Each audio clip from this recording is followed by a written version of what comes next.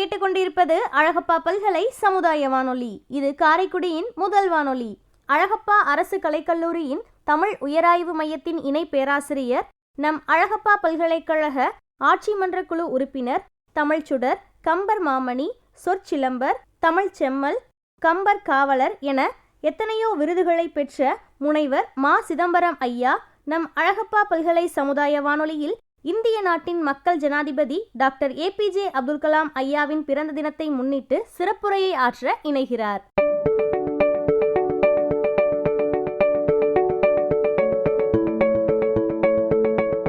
அனைவருக்கும் வணக்கம்.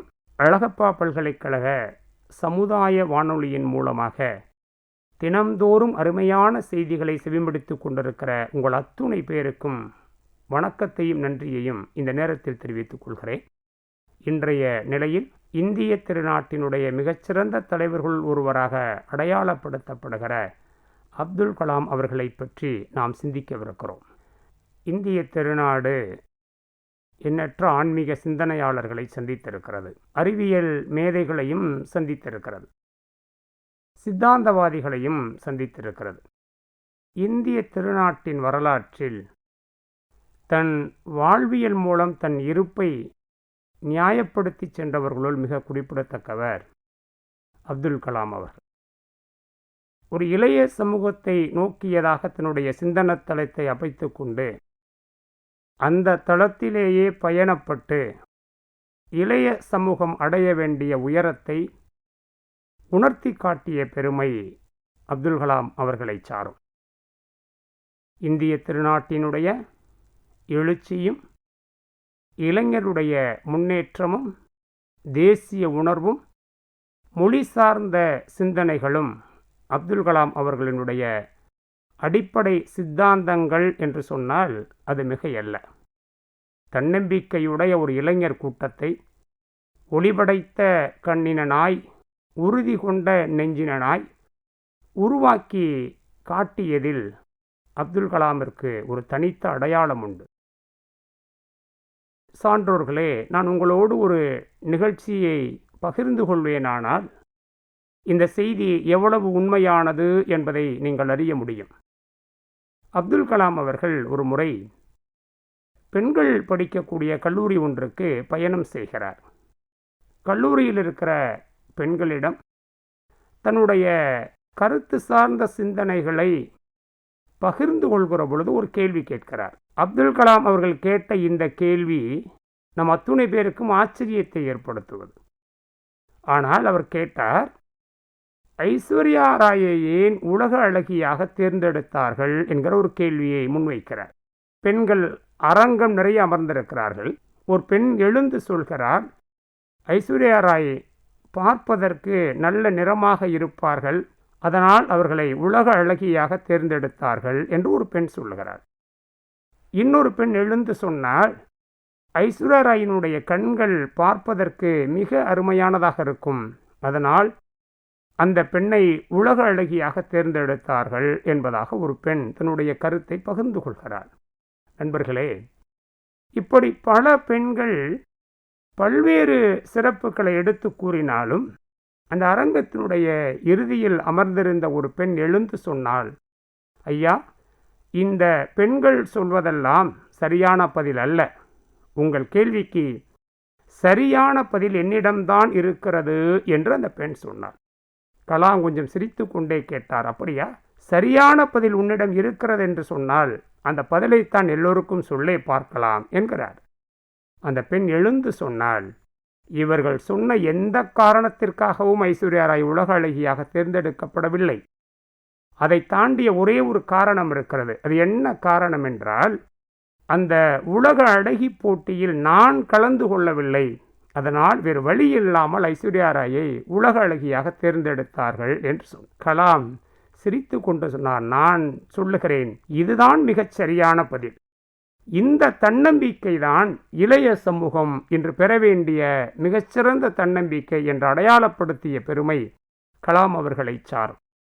மகாத்மா காந்தி அவர்களிடம் ஒரு பத்திரிகை நிருபர் ஒரு கேள்வி கேட்டார். இந்த சமூகத்திற்கு நீங்கள் சொல்ல விரும்புகிற செய்தி என்ன என்று கேட்டபொழுது காந்தி சொன்னார், இந்த சமூகத்திற்கு நான் சொல்ல விரும்புகிற செய்தி என்பது என்னுடைய வாழ்க்கைதான் என்று சொன்னார். அதைப்போல கலாம் அவர்களும் தன்னுடைய வாழ்க்கையை இந்த சமூகத்திற்கான செய்தியாக கொடுத்து விட்டு போனவர். வாழ்க்கையில் சோதனைகளும் போராட்டங்களும் வருவதென்பது மிக இயல்பானதுதான். எவனொருவன் வாழ்க்கையின் சோதனைகளையும் போராட்டங்களையும் வென்றெடுத்து உயரத்தை தொட வேண்டும் என்று ஆசைப்படுகிறானோ அவன்தான் அந்த உயரத்தில் பதிக்கப்படக்கூடிய வைரக்கற்களாக மிளர்கிறான் என்பதுதான் கலாம் அவர்களுடைய வாழ்க்கை நமக்கு சொல்லுகிற அடிப்படையான ஒரு பாடம். உங்களுக்கு ஒரு உண்மை தெரியுமா? அப்துல் கலாம் அவர்களுடைய மிக நீண்ட நெடிய கனவு, மனதிற்குள் வளர்த்து வந்த ஆசையெல்லாம் அவர் ஒரு அறிவியல் விஞ்ஞானியாவதல்ல. அவருக்கு சிறு குழந்தையாக இருந்த பொழுதிலிருந்து ஒரு கனவு இருந்தது. சின்ன குழந்தையாய் ராமேஸ்வரத்தினுடைய கடற்கரையில் போய் கடலிலிருந்து மேலெழுந்து பறக்கின்ற பறவைகளை பார்த்து ஆசைப்பட்டார். பறக்கின்ற வாய்ப்பு இறைவன் தனக்கு தரவில்லை என்றால் கூட முடிந்தளவு பறந்து பார்க்க ஆசைப்பட்டு கடல் அலைகளிலிருந்து துள்ளி எழுந்து கடலுள் விழுந்து மகிழ்ச்சி அடைந்த மீன்களை பார்த்தார். இவையெல்லாம் பறப்பதைப் போல தானும் வாழ்க்கையில் பறக்க வேண்டும் என்பதுதான் கலாம் அவர்களுடைய மிகப்பெரிய ஆசையாக இருந்தது. அதனால் அவர் ஒரு விமான ஓட்டியாக மாற வேண்டும் என்றுதான் ஆசைப்பட்டார். அதற்கான தேர்விலும் போய் டேராடூனில் கலந்து கொள்கிறார். மொத்தம் 25 பேர் இதில் கலந்து கொள்கிறார்கள். ஆனால் விமானப்படைக்கு 8 பேர் தான் தேவைப்படுகிறது. கலாம் அவர்கள் 9வது ஆளாக அதில் அவர் தேர்வு பெறுகிறார். தெரிந்தோ தெரியாமலோ இயற்கையினுடைய திட்டமிடல் படி அவருக்கு அந்த வேலை கிடைக்காமலே போகிறது. நீங்கள் இந்த பணியை செய்வதற்கு தகுதியான தேர்வில் தேர்ச்சி பெறவில்லை என்று அந்த தேர்வு குழு அவரை நிராகரிக்கிறது. சிறு குழந்தையாக இருந்தது தொடங்கி ராமேஸ்வரத்தினுடைய கடற்கரையில் பார்த்து பார்த்து வளர்த்த கனவு, பறந்தே ஆக வேண்டும் என்றவர் சிந்தித்த செயல்பாடுகள் எல்லாம் ஒரு நொடிப்பொழுதில் கலைந்து காணல் நீராக போனது. அவருடைய இடத்திலிருந்து நீங்கள் சிந்தித்தால் தான் தெரியும். வாழ்க்கையில் ஒரு மனிதன் எதை உயர்ந்த கனவாக கருதுகிறானோ, எதை பெறுவதுதான் இந்த வாழ்க்கையினுடைய இலக்கு என்று தீர்மானிக்கிறானோ, அந்த இலக்கும் அந்த கனவும் ஒரு நொடி பொழுதில் சிதைந்து சின்னாபின்னமாகிற அந்த காட்சியை அவருடைய இடத்திலிருந்து சிந்தித்து பார்த்தால்தான் கலாம் எந்த அளவிற்கு மனதளவில் வருத்தப்பட்டிருப்பார் என்பது தெரியும். மனம் உடைந்து போன கலாம் கங்கை நதியில் குளித்துவிட்டு ரிஷிகேஷுக்கு போகிறார். அவர் வாழ்க்கையினுடைய மிகப்பெரிய திருப்பங்களை சந்தித்த இடம் ரிஷிகேஷ். அங்கே சிவானந்தருடைய குருகுலம் இருக்கிறது. அவரை சந்திப்பதற்காக அந்த குருகுலத்திற்குள் போகிறார். சிவானந்தர் ஒரு ஆத்ம ஜோதியாக அங்கு அமர்ந்திருக்கிறார். கலாம் அவரை பார்க்கிறார். ஒரு நல்ல ஞானி என்று சொல்பவன், தனக்கு முன்னால் வந்து நிற்கக்கூடியவர் எத்தகைய துயர மனத்தோடு வந்து நிற்கிறார் என்பதை அவர் சொல்லாமலேயே புரிந்து கொள்கிற ஆற்றலுடையவன். சிவானந்தருக்கு கலாமை பார்த்தவுடன் ஒன்று தெரிகிறது. இந்த இளைஞன் வாழ்க்கையின் கனவுகள் எங்கோ சிதைந்து போய் கவலைகளோடு வந்து நின்று கொண்டிருக்கிறான் என்பதாக தெரிகிறது. அவரிடம் கலாம் தன்னை அறிமுகம் செய்து கொள்கிறார். நான் தான் அப்துல் கலாம் என்று என்னுடைய பெயர் என்று அறிமுகம் செய்கிறார். கலாம் எழுதுகிறார், சிவானந்தர் ஒரு இந்து சமயத்தை சார்ந்திருக்கிற, இந்து சமயத்தின் உயர்நிலையில் இருக்கிற ஒரு துறவி. ஆனால் நான் போய் ஒரு இஸ்லாமிய பெயரை அவரிடம் உச்சரிக்கிறேன். ஆனால் எந்த சலனமும் இல்லாமல் அவர் முகத்தில் வந்த அன்பு கனிந்த அந்த பார்வை எனக்குள் ஒரு மிகப்பெரிய மாற்றத்தை உருவாக்கியது என்று பதிவு செய்கிறார். அவர் சொல்லுகிறார், ஒரு நீண்ட கனவோடு டேராடூனுக்கு பயணப்பட்ட என்னுடைய கனவு ஒரு நொடியில் சிதைந்து போனது. வாழ்க்கையினுடைய அடுத்த பயணம் எது என்று தெரியாமல் நான் சிதைந்து போய் நிற்கிறேன் என்று பேசுகிறார். சிவானந்தர் சொல்லுகிறார், வாழ்க்கையினுடைய அர்த்தப்பாடுகள் பலமுறை நமக்கு புரிவதில்லை. உன்னுடைய ஆசை என்பது ஒரு விமானப்படையில் சேர்வதாக இருக்கலாம். ஆனால் இயற்கையும் இறைவனும் உனக்கு எதை கட்டமைத்திருக்கிறார்கள் என்று தெரிவதற்கு வாய்ப்பு இல்லை. நாம் போடுகிற திட்டத்தை விட நம்மை வைத்து இறைவன் நடத்த வேண்டும் என்று நினைக்கிற விளையாடல் இருக்கிறதே, அது மிகச்சிறந்ததாக இருக்கும். அதனால் இன்று நீ நிராகரிக்கப்பட்டதனுடைய நோக்கம் உனக்கு புரியாமல் இருக்கலாம். ஆனால் நீ நிராகரிக்கப்பட்டதனுடைய நோக்கத்தை நீ புரிந்து கொள்வதற்கு கொஞ்சம் காலம் கூட ஆகலாம். ஆனால் ஒன்றை நினைவில் வைத்துக்கொள், உனக்கான இலக்கு என்பதும் நீ சென்று சேருகிற பயணம் என்பதும் திசை என்பதும் முன்னமே தீர்மானிக்கப்பட்டாயிற்று. விதியின் கையில் உன் வாழ்க்கையை ஒப்படைத்துவிட்டு அதன் வழியில் நீ பயணப்படு. யார் கண்டா, நீ அடைய நினைத்த உயரத்தை விட ஒரு மிகப்பெரிய உயரத்தை கடவுள் உனக்காக உருவாக்கி வைத்திருக்கலாம். அதனால் அந்த திசையில் பயணப்படு என்று அவரை ஆற்றுப்படுத்துகிறார். இவர்கள் நிராகரித்தால் நீ நிராகரிக்கப்பட்டாய் என்பதல்ல, இதை தாண்டிய ஒரு உயரத்தை நீ நிச்சயமாக அடைவாய் என்று அவனை ஆசீர்வாதம் செய்கிறார். கலாம் சொல்லுகிறார், எவ்வளவு பெரிய ஆசீர்வாதம்! மாணவன் தயாராக இருப்பானேயானால் ஆசிரியர் அந்த இடத்தில் வந்து விடுவார் என்பதை சிவானந்தர் மூலமாக நான் புரிந்து கொண்டேன் என்று கலாம் எழுதுகிறார்.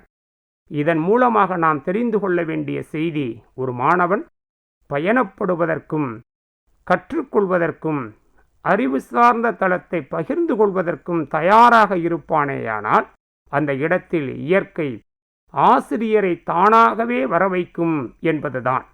அதை விடுத்து கற்றுக்கொள்வதற்கு தயாராக இல்லாத மாணவனிடம் 1000 ஆசிரியர்கள் வந்தால் கூட ஒரு பயனும் பெரிதாக விளைந்துவிடப் போவதில்லை. கலாம் சொல்லுகிறார், கனவுகளை சிதைந்து போய் நின்றிருந்த எனக்கு அன்று அவர் காட்டிய ஆறுதலும் ஆசீர்வாதமும் திசையை தீர்மானித்து சொன்ன வார்த்தைகளும் தான் என்னை இவ்வளவு உயரத்தில் நிறுத்தியிருக்கிறது என்று பேசுகிறார். நண்பர்களே, வாழ்க்கையில் கனவுகள் சிதைந்து போகிற பொழுது அல்லது நம்முடைய லட்சியங்கள் உடைந்து போகிற பொழுது மனம் உடையாமல் தன்னம்பிக்கையோடு வழிநடப்பதும் நம்மை சரியான திசை நோக்கி வழிகாட்டுகிற குருவை தேர்ந்தெடுப்பதிலும் தான் உண்மையான வாழ்க்கையினுடைய வெற்றி இருக்கிறது என்பதைத்தான் கலாமுடைய வாழ்க்கை நமக்கு கற்றுத்தருகிறது.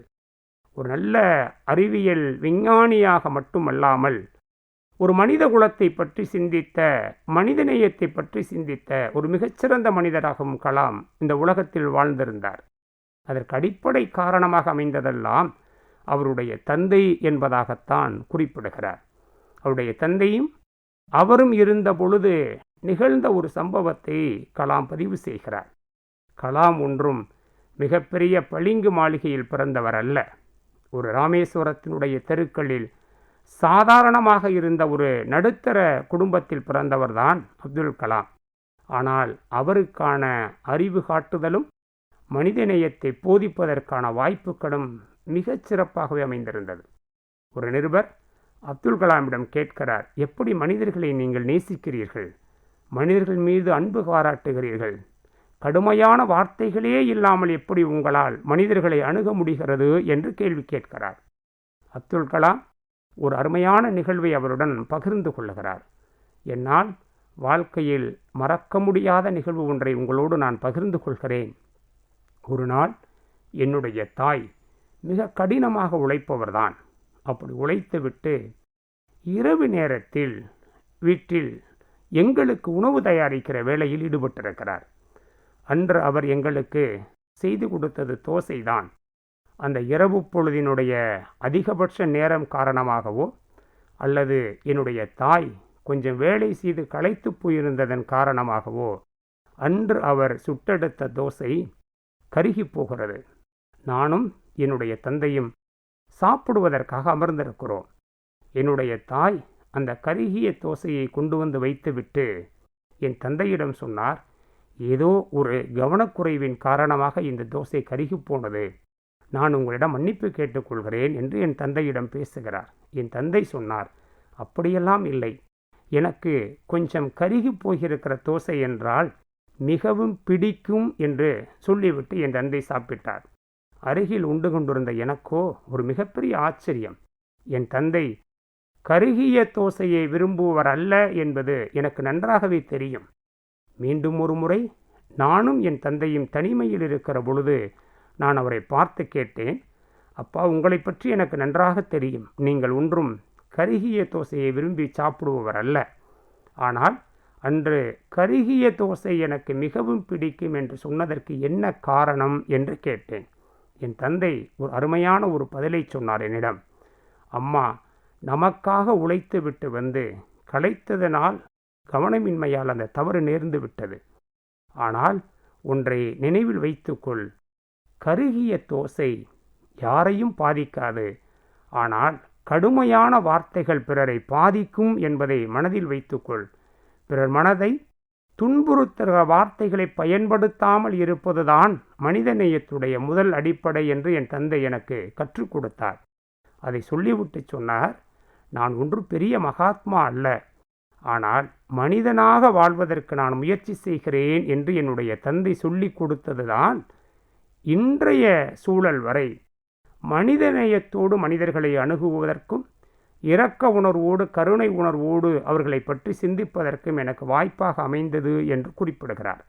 நண்பர்களே, இந்த குறுகிய காலத்தில் கலாம் அவர்களுடைய வாழ்க்கை நிகழ்வுகளில் 3 நிகழ்வுகளை நான் உங்களோடு இப்போது பகிர்ந்து கொண்டிருக்கிறேன். ஒன்று, எந்த சூழலிலும் தன்னம்பிக்கையை கைவிடாமல் இருப்பது என்பதும், நமக்குடைய கனவுகள் சிதைந்து போகிற பொழுது வாழ்க்கையினுடைய சரியான வழித்தடத்தை காட்டுகிற ஒரு குருவினுடைய உண்மையான வழிகாட்டுதலை பெறுவது என்பதும், பிறர் மனத்தை புண்படுத்தாத வார்த்தைகளை பயன்படுத்துவதற்கு பழகுவது என்பதும் தான் கலாம் அவர்கள் இந்த நிகழ்வுகளின் மூலமாக நமக்கு கற்றுக் கொடுத்த மிக உயர்ந்த பாடம். வாழ்க்கையில் உயரத்தை தொட வேண்டும் என்று நினைக்கிற இளைய சமூகத்திற்கு அவருடைய வாழ்க்கையின் நிகழ்வுகள் ஒரு நல்ல செய்தியாக அமைந்திருக்கிறது என்பதாக சொல்லி, அவர் வாழ்க்கையை பற்றியும் அவரை பற்றியும் நமக்கு சிந்திப்பதற்கு ஒரு நல்ல வாய்ப்பு அமைந்திருக்கிறது. மீண்டும் அவர் வாழ்க்கையில் தொடர்வதற்கான நிகழ்வுகள் நிறைய இருக்கிறது. கலாமை படியுங்கள், அவர் வழி நடப்பதற்கு முயற்சி செய்யுங்கள். பாரத தேசம் பழம்பெரும் தேசம், நீர் அதன் புதல்வர், இந்நினைவு அகற்றாதீர். நன்றி, வணக்கம்.